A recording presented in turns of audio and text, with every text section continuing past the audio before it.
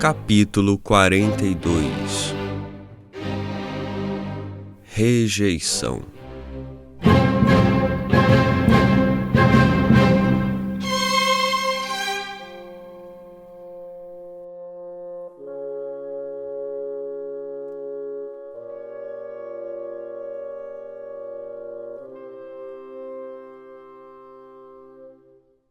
Depois de assinar a abdicação, Napoleão caiu num estado de apatia, pontuado por eventuais ataques de raiva e uma espécie de perplexidade. Pela primeira vez em muitos anos, ele havia perdido o controle não apenas dos eventos, mas também das pessoas, que tinha passado a ver como elementos de uma máquina bem azeitada. Por anos ele triunfara, atrevendo-se a ser ousado, recusando-se a desistir e acabando por encontrar uma maneira de superar ou contornar obstáculos e fazendo os fracassos desaparecerem ao escrever uma versão dos eventos em que eles fossem omitidos. Mas então ele se deparava com uma realidade absolutamente impermeável à sua vontade. O bem-estar da França parecia estar no destino do imperador. Escreveu Napoleão em sua declaração ao exército depois da deserção de Marmont. Isso foi verdade por muito tempo. O que ele tinha perdido de vista era que esse destino foi salvar a França do caos e reconstruir o Estado.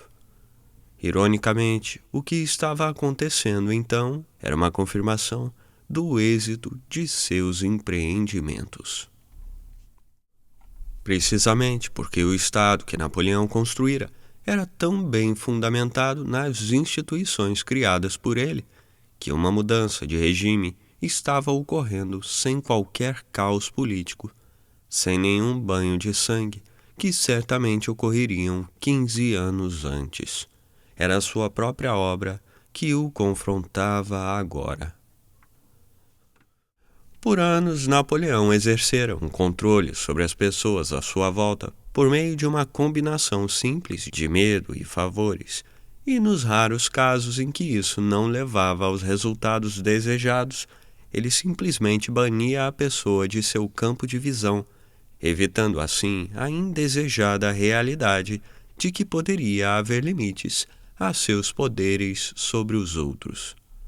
Aqueles que ele pôs de lado, como Alexandre, Talleyrand e os membros do Senado, cujos pontos de vista ele ignorou, foram então capazes de confrontá-lo, mais uma vez parcialmente, como resultado das estruturas administrativas que ele criara e da estabilidade social que essas instituições haviam encorajado. Ele havia estabelecido uma nova hierarquia de notáveis, cujo primeiro dever era com o Estado.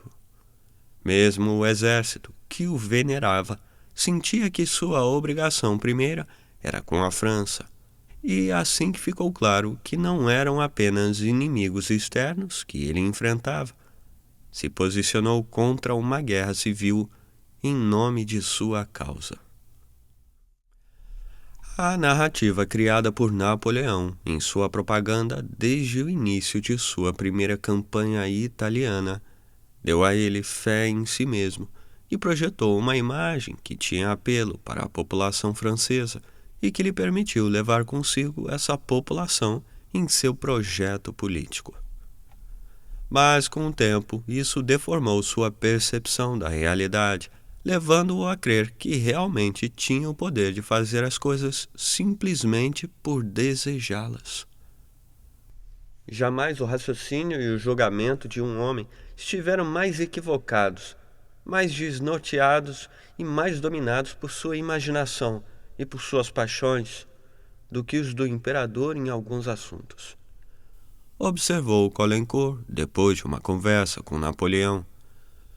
Sua tendência a pensar que as coisas dariam certo, combinada com a falta de disposição para formular uma estratégia de longo prazo, levou a resultados desastrosos na Espanha e na Rússia.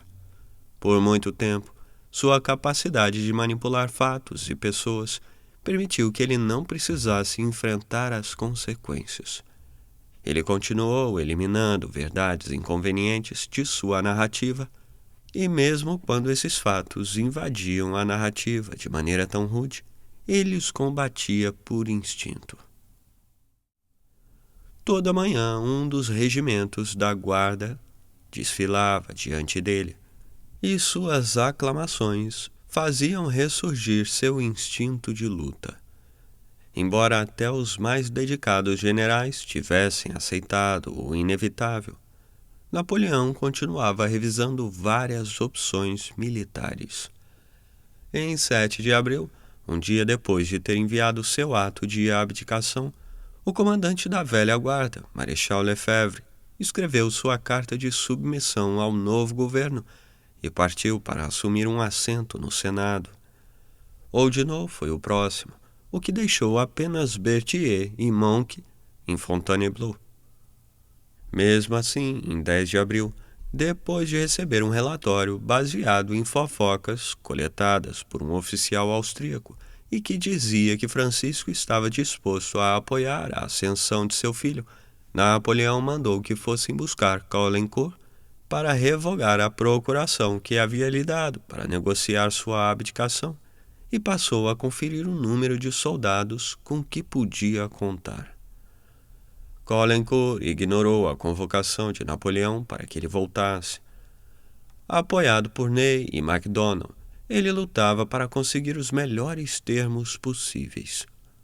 Caulaincourt precisava negociar não apenas com Alexandre, mas também com Metternich e Castlereagh, ambos chocados pelas promessas que ouviram do Tsar ao chegar a Paris, e por ver que Talleyrand e Fouché, também presentes, estavam determinados a eliminar seu antigo senhor.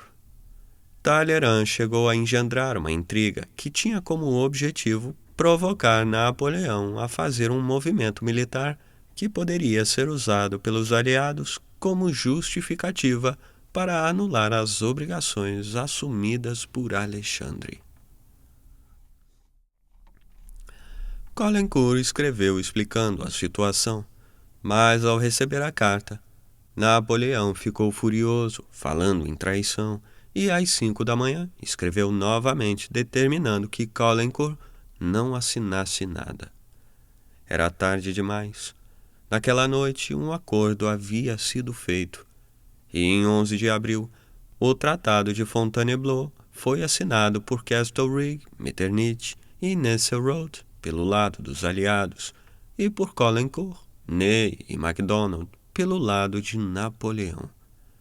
Os três chegaram a Fontainebleau na manhã seguinte com o documento para que ele o ratificasse. Ele ouviu com ar sombrio o relato e os termos do tratado, que diziam que ele receberia a ilha de Elba para governar como soberano, teria um subsídio anual dado pelo governo francês e permissão para levar consigo um pequeno contingente da guarda e que sua família ficaria em boa situação. Napoleão continuava assistindo aos desfiles diários, mas passava os dias em seus próprios aposentos, ocasionalmente andando pelo jardim, por vezes descontando suas frustrações, batendo com um pedaço de pau nas flores. Ele estava enojado por aquilo que via como deserções dos membros de seu Estado-Maior e de sua maison, que partiam em missões inventadas para jamais voltar ou simplesmente desapareciam. Constant e Roustan tinham ido, e em muitos daqueles que continuavam em seu entorno, a impaciência para que o fim chegasse era visível. Napoleão reclamava amargamente da ingratidão de seus marechais, dizendo que tinha subestimado a baixeza dos homens em geral. No entanto, havia alguns poucos que continuavam leais, sendo os casos mais notáveis o de Maret e o do Marechal do Palácio, General Bertrand, e desde os primeiros rumores sobre tramas contra a vida do imperador, alguns de seus assistentes dormiam em colchões colocados nas passagens que levavam a seus aposentos para protegê-lo. Ao mesmo tempo, suas pistolas e a pólvora tinham sido discretamente removidas. Naquele dia, ele escreveu a Josefina, expressando o seu desespero, e os que estavam à sua volta podiam percebê-lo. Tarde da noite, Napoleão pediu a seu criado Hubert que reavivasse a lareira de seu quarto e que trouxesse materiais de escrita e papel. Após fazer isso, Hubert deixou entreaberta a porta que separava o quarto de Napoleão do dele. Ele o ouviu começar uma carta várias vezes, amassando o papel e o atirando na lareira. Adeus, minha gentil Luísa, dizia a última versão. Você é aquilo que mais amo neste mundo. Meus infortúnios me afetam apenas na medida em que causam mal a você. Você amará para sempre o mais amoroso dos maridos. Beije meu filho. Adeus, cara Luísa. Seu dedicado. Roberto então o ouviu ir até a cômoda, onde sempre havia um jarro d'água e um açucareiro, e ficou surpreso ao ouvir o som de água sendo despejada num copo e de algo sendo misturado com uma colher, pois havia percebido que o criado encarregado de fazer isso não tinha colocado açúcar no açucareiro. Depois de um momento de silêncio, Napoleão foi à porta de seu quarto e pediu a Robert que chamasse Caulaincourt, Marais, Bertrand e Fain. Caulaincourt foi o primeiro a chegar e encontrou Napoleão com uma aparência abatida de quem estava passando mal, e era evidente que havia tomado o veneno que carregava em um sachê em volta do pescoço desde a retirada de Moscou. Ele começou uma divagação em que se auto-justificava e pediu a Caulaincourt que fizesse várias coisas por ele. Mas Caulaincourt chamou o Dr. Ivan. A essa altura, Napoleão estava com o corpo curvado com dores no estômago e reclamando da dificuldade de morrer. Quando Ivan chegou, Napoleão pediu que ele preparasse um veneno mais forte, mas em vez disso, o médico administrou uma poção que o fez vomitar a dose original. Pela manhã, ele estava fora de perigo. Já que a morte não quer me aceitar nem na minha cama, nem no campo de batalha, devo viver, disse Napoleão a Caulaincourt. Será necessária alguma coragem para enfrentar a vida depois destes fatos. Devo escrever a história dos corajosos. Pediu então que fossem feitos todos os preparativos para a assinatura do tratado, o que ele fez na presença de Caulaincourt e Marais. Às 9 horas, MacDonald, que deveria levar o documento a Paris, entrou no quarto. Encontrou Napoleão sentado em frente à lareira, vestido apenas com um pijama de algodão, as pernas nuas, de chinelos, sem nada em torno do pescoço, o rosto nas mãos e os cotovelos sobre os joelhos. Ele não se virou quando MacDonald entrou e pareceu imerso em pensamentos. Caulaincourt o acordou e ele se levantou, foi até MacDonald e pediu desculpas por não ter percebido a entrada dele. Assim que ele ergueu o rosto, eu fiquei impressionado pela mudança que ocorrera. A tez era amarela e com uma cor de azeitona. Continuou MacDonald. Napoleão disse que a noite havia sido difícil e sentou de novo, mais uma vez se perdendo em pensamentos, dos quais precisou novamente ser despertado. Ele então presenteou o marechal com a cimitarra de Murad Bey, capturada no Egito, e o abraçou, pedindo desculpas por não ter reconhecido antes o sujeito bom e leal que ele era. MacDonald partiu para Paris com a ratificação de Napoleão, enquanto este ditava cartas para algumas das pessoas que haviam trabalhado para ele. Havia transferido o comando do exército para o novo ministro da guerra, General Dupont, o, entre aspas, covarde de Bailhan, e apenas 1.500 granadeiros da velha guarda continuavam à disposição.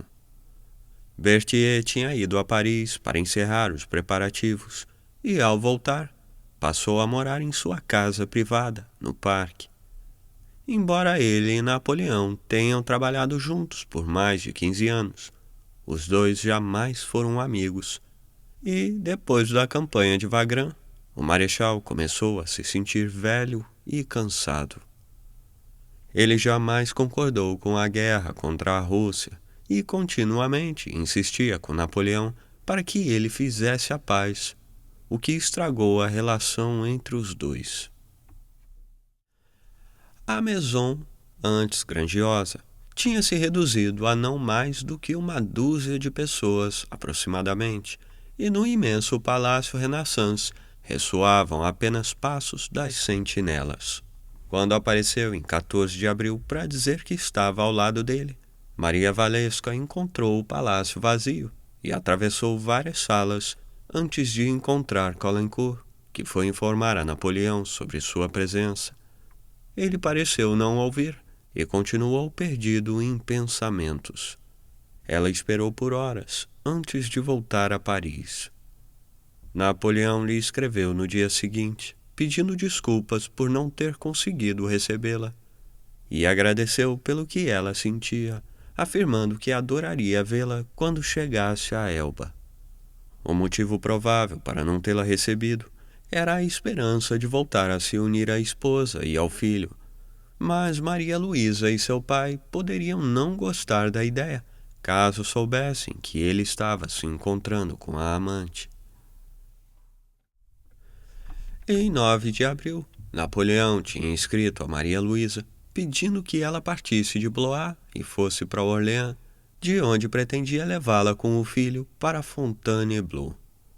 O motivo para que ele não tivesse mandado buscá-la antes era o fato de ainda crer que o filho poderia sucedê-lo, e nesse caso, ele deveria manter distância. O principal argumento contra permitir que o rei de Roma o sucedesse era que isso equivalia a deixar Napoleão no poder, e por essa razão era imperativo ressaltar seu distanciamento.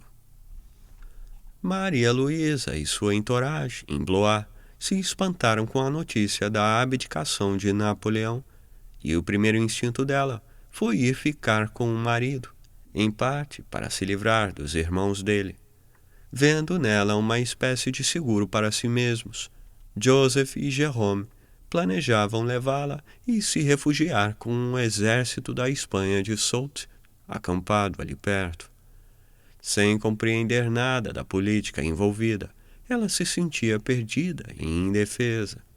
Maria Luísa via Napoleão cada vez menos desde que ele partira para a Rússia 2 anos antes e tinha estado sujeita a uma longa campanha feita pelos inimigos dele, que repassavam fofocas sobre supostas infidelidades de Napoleão e que tentavam encontrar um amante para ela.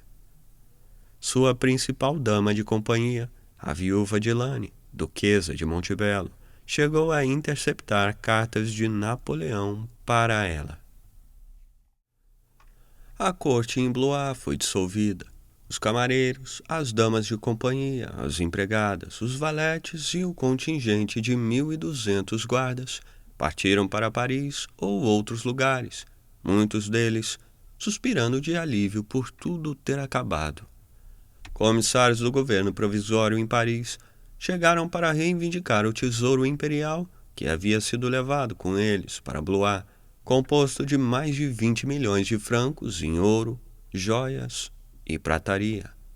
O desejo de Maria Luísa de estar ao lado do marido foi mitigado pela perspectiva de acompanhá-lo no exílio, uma vez que temia que a família Bonaparte se reuniria em torno de Napoleão e tornaria a vida dela insuportável.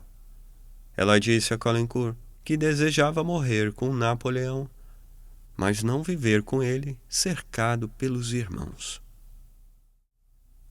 A questão foi resolvida quando, em 9 de abril, um oficial russo enviado por Francisco chegou a Blois e a levou para Orléans, onde ela foi roubada primeiro por cossacos errantes e depois por um funcionário do governo que tentou arrancar do seu pescoço um colar de diamantes. O doutor Corvissar, que a examinou, escreveu um relatório afirmando que ela sofria de problemas respiratórios, grosseirões no rosto e febre, e prescreveu as águas de Aix. Em 12 de abril, ela foi levada a Rambouillet, onde em 14 de abril encontrou Metternich e, alguns dias depois, seu pai. Para mim é impossível ficar feliz sem você. Ela escreveu a Napoleão, mas parecia pouco preocupada com o destino dele. Independentemente do que sentisse, Maria Luísa foi facilmente convencida a obedecer aos desejos de seu pai, que, sem que a filha soubesse, eram de que ela e o filho jamais voltassem a ver Napoleão. A essa altura estavam sendo feitos preparativos para a partida de Napoleão. Ele seria acompanhado pelo marechal do palácio, Bertrand, pelo general Drouot, pelo seu médico Fourreau de Beauregard, seu tesoureiro Peyrouse, seus valetes, Marchand, que substituíra Constant, e o suíço Noverrat, e pelo mameluco Ali, conhecido como Saint-Denis. Ele teve permissão para levar um pequeno contingente de sua guarda para complementar o batalhão corso que encontraria em Elba.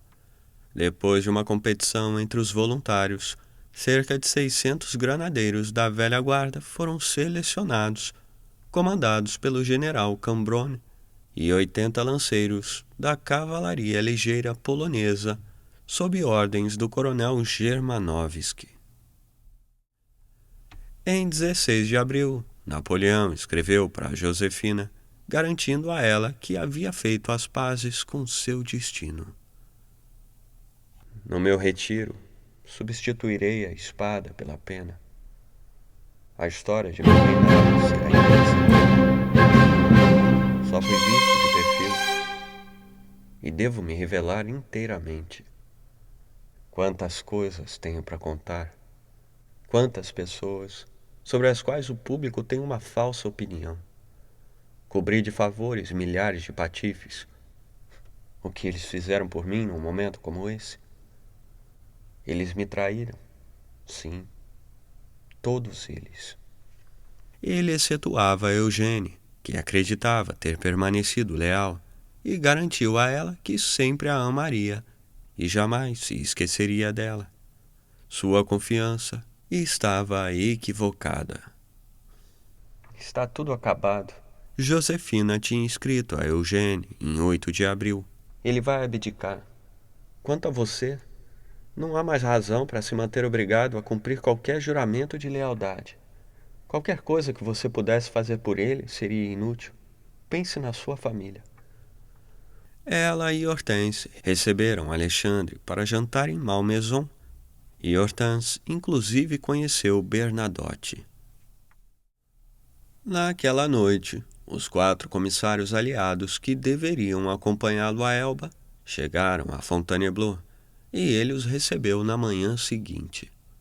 O coronel Sir Neil Campbell representava a Grã-Bretanha, o conde Shuvalov, a Rússia, o general Franz Kohler, a Áustria, e o conde von Truchet-Waldburg, a Prússia. Campbell, que teve um encontro informal com ele naquela noite, o encontrou barbudo e desmazelado, e, no mais perturbado e angustiado estado de espírito.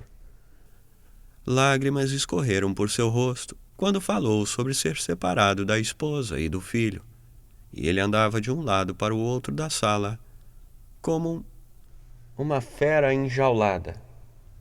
No dia seguinte, 20 de abril, Napoleão acordou cedo e teve uma última conversa com Maret, que não iria com ele e que se tornaria seu principal correspondente na França.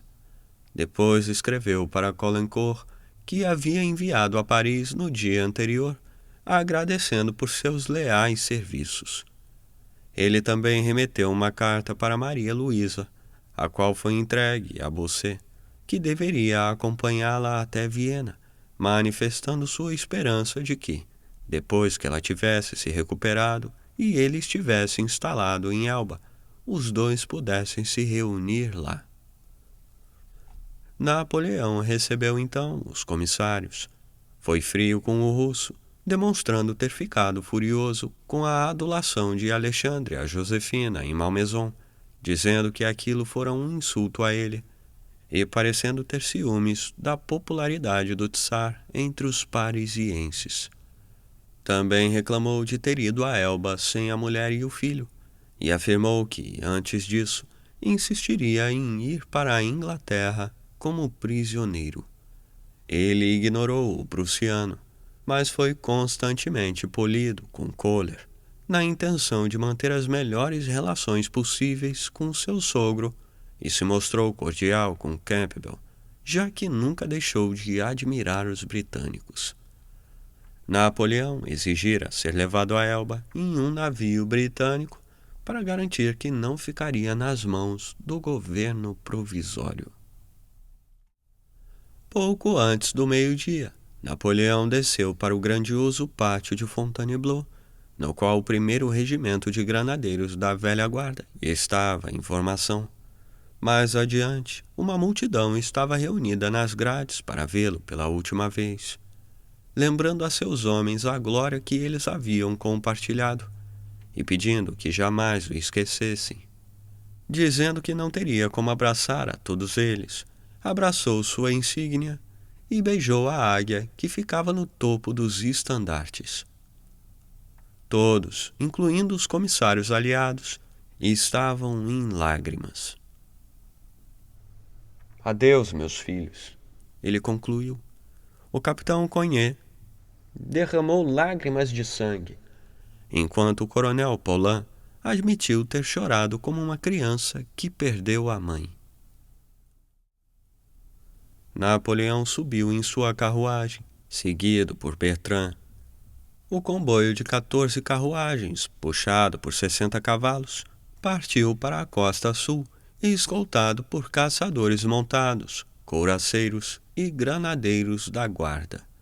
Outro comboio, composto de carroças de bagagens e carruagens simples, levando mobília, acessórios, louça, prataria e 695 livros, sob a supervisão de Peyrouse e de um pequeno Estado-Maior, já tinha sido despachado. Os cerca de 700 soldados que tinham se voluntariado para acompanhar o imperador no exílio foram por um caminho diferente. Napoleão foi ovacionado em todos os lugares em que eles pararam para trocar os cavalos, mas depois de Valência, onde foram recebidos por uma guarda de honra nada entusiasmada, entraram em território tradicionalmente monarquista. A cavalaria francesa que o escoltava deveria ter sido substituída por austríacos e russos, mas Napoleão se recusou a ser escoltado por seus inimigos como um prisioneiro. Em 24 de abril, perto de Valence, encontrou-se com Augereau, cujas forças estavam estacionadas ao longo da estrada. Ele foi até seu velho camarada de armas, tirou o chapéu e o abraçou, mas o outro apenas tocou com o dedo na aba do chapéu, sem corresponder ao abraço. Trocaram umas poucas palavras, mas Augereau não demonstrou desejo de prolongar o encontro. Em Orange, eles foram recebidos com gritos de "Vive le roi!" e pedras foram arremessadas na carruagem. Em Avion, havia apenas uma multidão taciturna assobiando, mas em Orgon, ele e seu grupo foram presenteados com a visão de um boneco representando Napoleão em um uniforme coberto com tinta vermelha, pendurado em uma forca, e um cartaz dizendo que era assim que o tirano ia acabar. A carruagem foi cercada por uma multidão de gente, bêbada de raiva e de um pouco de vinho, nas palavras de Chivalov, que, com Kohler e o forte Noverrat, a combateu com os punhos, enquanto Napoleão se encolhia na carruagem.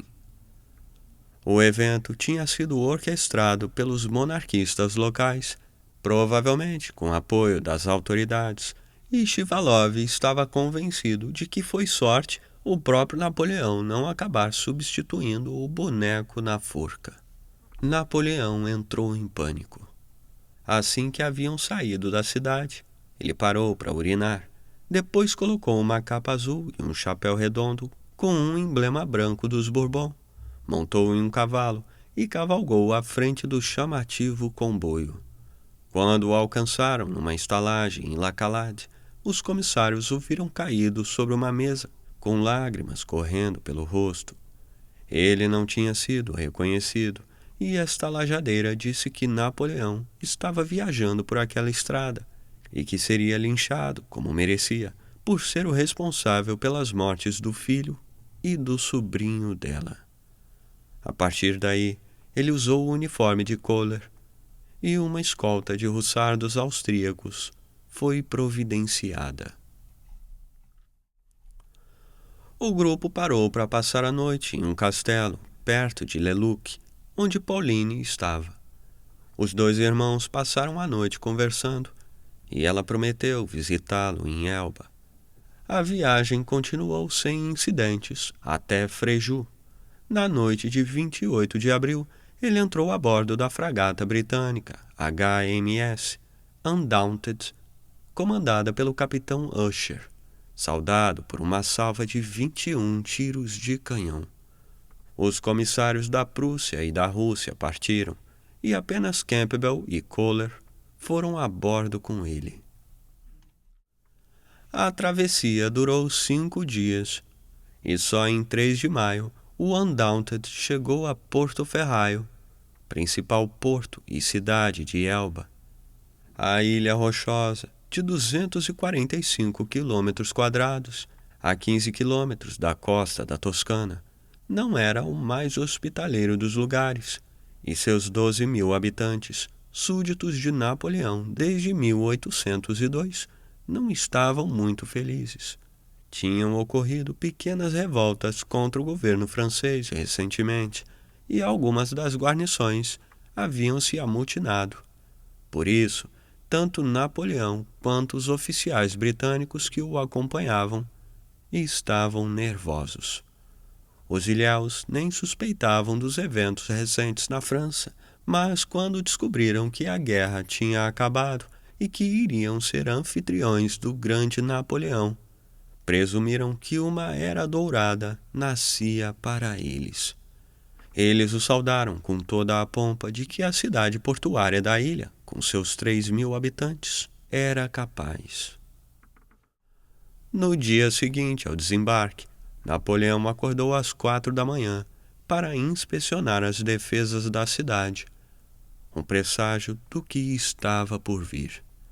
Pelos meses seguintes, ele iria se dedicar àquilo que se referia como sua hortinha de repolhos, do mesmo modo como havia se dedicado a reconstruir a França depois de 1799. Ele identificou uma edificação aceitável, a Vila Molini, para servir como, entre aspas, palácio, e o prédio foi remobiliado e ampliado com mais um andar para acomodar Maria Luísa e o rei de Roma. Ele fez o mesmo com um pequeno retiro de verão nas colinas, em São Martino.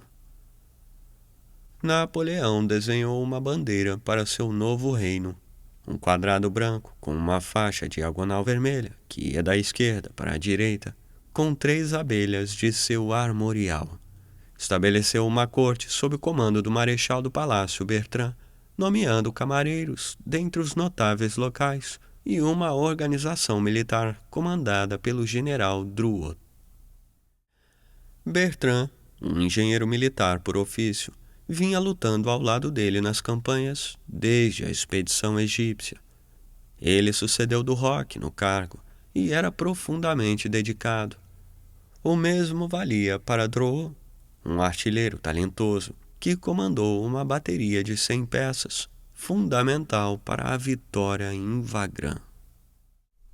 Uma semana depois de chegar, Napoleão já tinha feito um reconhecimento detalhado de toda a ilha, Ele começou a fazer estradas que praticamente não existiam e depois passou à construção de aquedutos, à organização da drenagem, ao saneamento, ao cultivo de trigo, ditando cartas sobre o tema da criação de aves, pesca de atum e horticultura, com a mesma concentração com que havia tratado os assuntos de Estado nas Tulherias.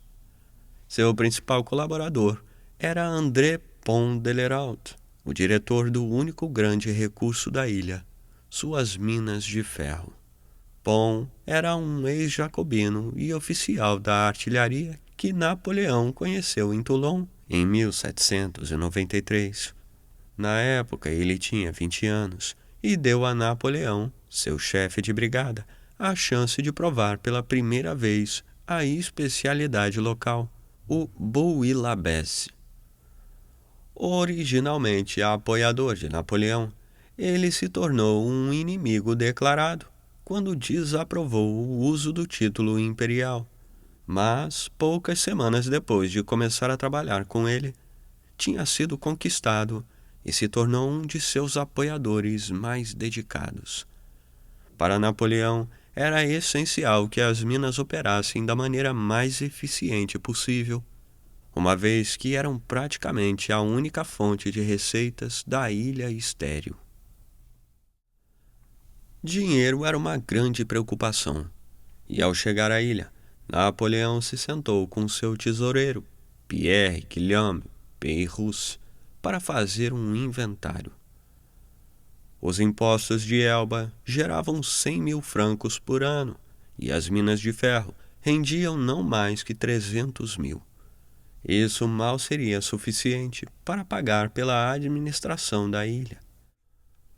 Napoleão levara consigo 489.000 francos em sua petite cassette. Peyrouse tinha conseguido salvar 2.580.000 do tesouro imperial que seguira o conselho regente a Blois e levara a Fontainebleau. Maria Luísa havia retirado mais 911.000 em Orléans e despachado para o marido.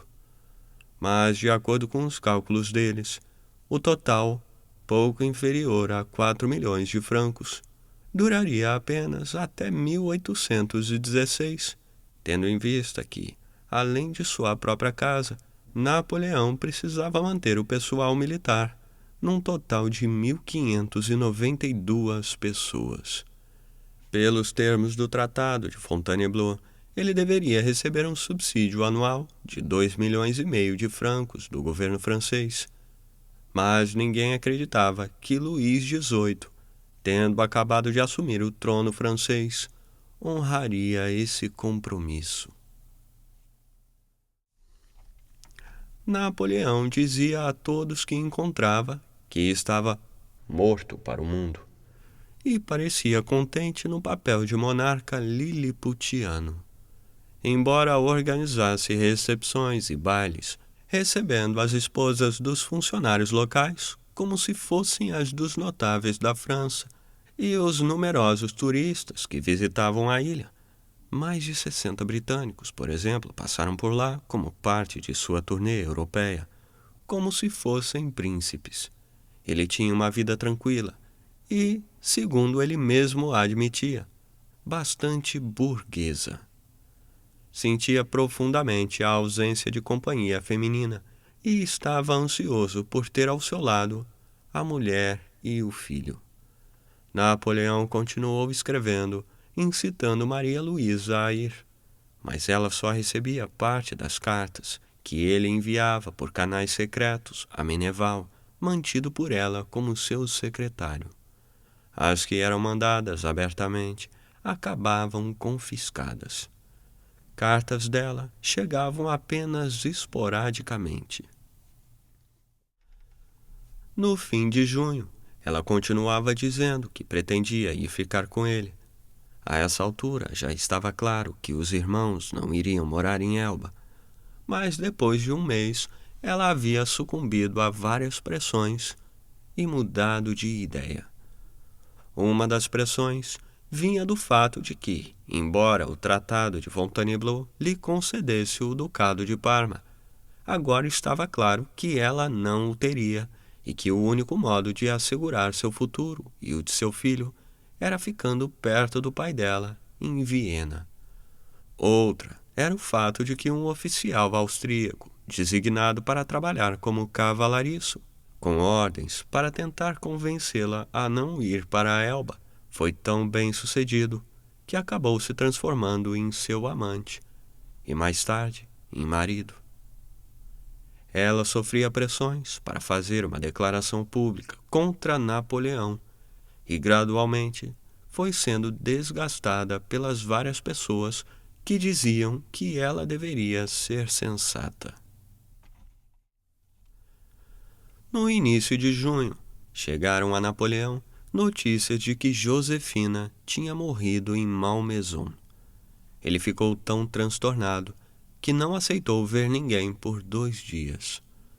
Mas logo depois recebeu uma rara demonstração de afeto e lealdade, quando a esposa de Jerome, a filha do rei de Württemberg, escreveu pedindo que ele fosse padrinho do filho que ela estava gestando. As circunstâncias não podem afetar nossos sentimentos, e sempre teremos orgulho de você, Senhor, como chefe de nossa família. E eu, de minha parte, jamais esquecerei que Vossa Majestade nunca deixou de nos dar provas de sua amizade, e que fez minha felicidade ao me unir com o rei. Ela escreveu. A chegada de Pauline, no início de julho, também o alegrou. Ela só ficou por 2 dias, mas voltaria em definitivo em outubro. A mãe dele chegou em 2 de agosto e se estabeleceu em uma casa perto da Vila Moline, e eles frequentemente jantavam juntos e depois jogavam cartas. Ela foi a única pessoa que ousou confrontá-lo por suas trapaças, o que o levou, segundo Peyrouse, a embaralhar todas as cartas que estavam na mesa, a recolher todo o dinheiro e a responder que havia jogado dentro das regras, entregando tudo, porém, mais tarde a Marchand, que devolveu cada parte a seu proprietário por direito. Com o retorno de Pauline em outubro, a pequena corte ficou mais alegre, embora sua hipocondria frequentemente fosse uma inconveniência para todos. Ela também conseguiu que a mobília do palácio do marido, em Turim, fosse levada para a Elba, acrescentando algum esplendor ao, entre aspas, palácio de Moline. No início de setembro, Maria Walewska chegou com um filho, acompanhada da irmã mais nova, Antônia, e do irmão Theodor Laczynski. Napoleão fez planos elaborados para hospedá-los num eremitério abandonado, perto do qual ele havia erigido uma tenda em que ocasionalmente passava a noite. O grupo chegou ao cair da noite, num pequeno barco que atracou em uma baía tranquila, longe de Porto Ferraio, e foi discretamente levado para o esconderijo, onde Napoleão passou alguns dias idílicos, brincando com o filho e visitando a amante à noite. Mas uma ilha pequena não é lugar para segredos, e logo correu o boato de que Maria Luísa e o rei de Roma tinham chegado.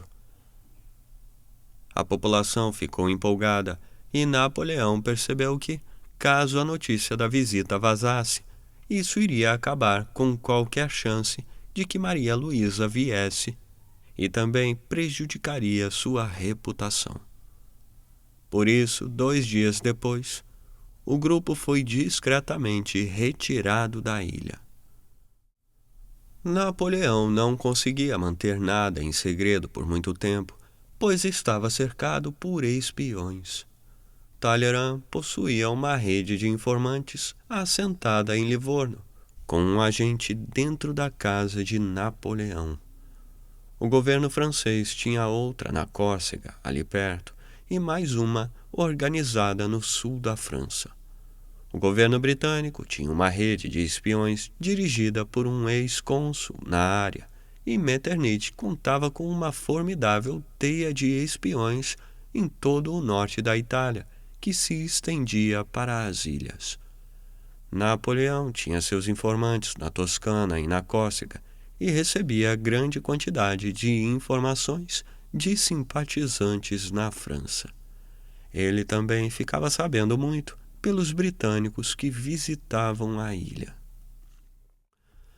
Napoleão sabia de vários planos dos monarquistas franceses e de agentes do governo para afastá-lo ou assassiná-lo, e se sentia perigosamente exposto.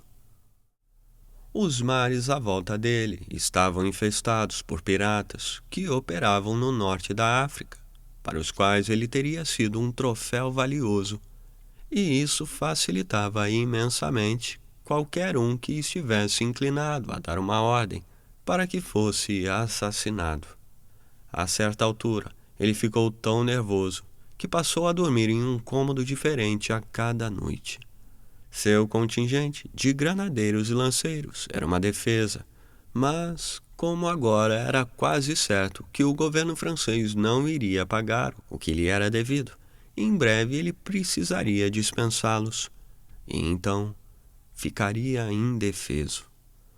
O coronel Campbell acreditava que Napoleão estava resignado com o seu destino e alertou seus superiores em Londres que a única coisa que lhe traria inquietação seria a falta de dinheiro. Se o temperamento de Napoleão permitiria ou não que ele permanecesse como soberano de uma ilha minúscula é uma discussão acadêmica, já que os aliados não lhe deram essa opção. Luís XVIII não lhe deu os meios para que ele se sustentasse, e Francisco não tinha intenção de deixar que ele voltasse a ver sua filha e seu neto. Privar um homem de renda e da companhia da esposa e do filho é negar-lhe o básico para que tenha uma vida estável, e nesse caso equivalia também a roubar dele seu último símbolo de status. A mensagem era clara. Ele tinha recebido permissão para possuir uma princesa como um Átila conquistador, mas agora que fora derrotado, deveria ser posto em seu lugar como o arrivista indesejável que era. Com a princesa Habsburgo a seu lado, ele tinha de ser tratado com um mínimo de respeito. Sem ela, podia ser tratado como os aliados quisessem. Desde o momento em que souberam do gesto de Alexandre de lhe dar Elba, os ministros aliados estavam determinados a removê-lo para um lugar mais remoto. Os britânicos prudentemente evitaram ratificar o Tratado de Fontainebleau com uma bizarra fórmula, segundo a qual eles, entre aspas, foram informados do documento, embora Castlereagh o tenha assinado junto com os demais ministros. O primeiro-ministro, Lord Liverpool, já havia discutido a possibilidade de aprisioná-lo em uma ilha mais distante, como Santa Helena, no Atlântico Sul. Em outubro de 1814, enquanto os ministros e monarcas se reuniam em Viena para o Congresso de Paz, convocado para discutir os assuntos da Europa, não era segredo que eles pretendiam transferi-lo. Isso chegou inclusive a ser mencionado na imprensa. Napoleão tratou do assunto com Campbell, reclamando que a falta de recursos e as intenções das grandes potências deixavam sua situação insustentável. Napoleão não era o tipo do sujeito que ficaria sentado esperando ser assassinado ou encarcerado, e começou a pensar nas opções. Exceto enganar a Marinha Real e ir às pressas para os Estados Unidos, onde podia passar a ser um cidadão comum, não havia para onde ele pudesse ir. Só a França parecia uma possibilidade. Ele jamais havia aceitado completamente o que acontecera. Quando se encontraram, na chegada dele a Porto Ferraio, ele falou a Pons sobre os eventos recentes como se nada tivessem a ver com ele, e pareceu ter se convencido de que se Marmont não o tivesse traído, ele ainda seria imperador. Numa conversa com Campbell, Napoleão, por vezes, deu a impressão de estar esperando ser chamado de volta à França a qualquer momento. Nas regiões monarquistas do país, a restauração dos Bourbon foi bem vista. Nos demais lugares, foi aceita com graus variados de alívio e esperança. Mas o comportamento de Luís XVIII, e particularmente de seu irmão Artois e dos emigrados que voltaram com eles, logo começou a ser visto como ofensivo. A hierarquia que tinha passado a dirigir a França ao longo da última década e meia foi humilhada e frequentemente penalizada. Houve exigências de que propriedades fossem devolvidas a seus antigos donos.